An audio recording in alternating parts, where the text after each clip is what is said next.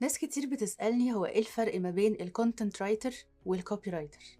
الكونتنت رايتر هدفه هو ينجيج الفانز بتوعك وتقدم لهم educational content أو info تقدر تساعده على إن هو يتخذ القرار. أما الكوبي رايتر فهو الشخص هدفه إن هو يقنعك بمنتج معين. المنتج معين ده ممكن يكون هدفه إن هو يزود السيلز بتاعته، أو إن هو يجيب ليد جنريشن، أو إن هو يعمل أي objective من اللي هنشوفها في الكرياتيف بريف. دي حاجة احنا هنتكلم عنها في الفيديوز اللي جاية، وهي الانسايت.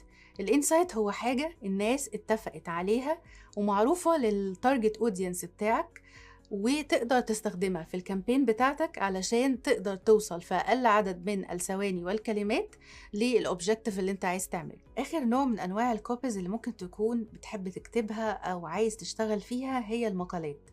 المقالات هي عبارة عن مقالة ممكن تكون حوالي من 500 كلمة ل 700 كلمة.